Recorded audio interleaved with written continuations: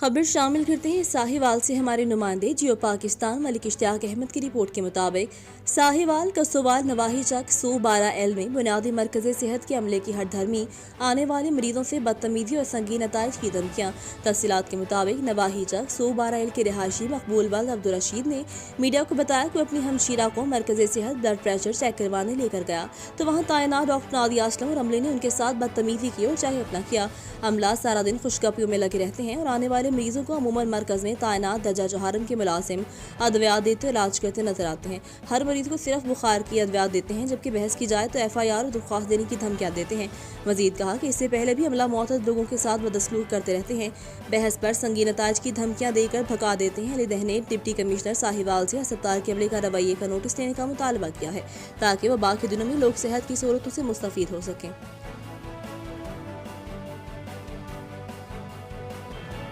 लैन वास्ते आया साढ़े बदतमीजी की इन्होंने सिस्टर मेरी सी उन्हें भी बदतमीजी की बुखार ने मैंने कोई नहीं सी बुखार की दवाई दी मेरा ब्लड ऑपरेशन घटिया से तो वह वधिया सी उन्हें दवाई दी उन्हें बुखार की चक गोलियां दी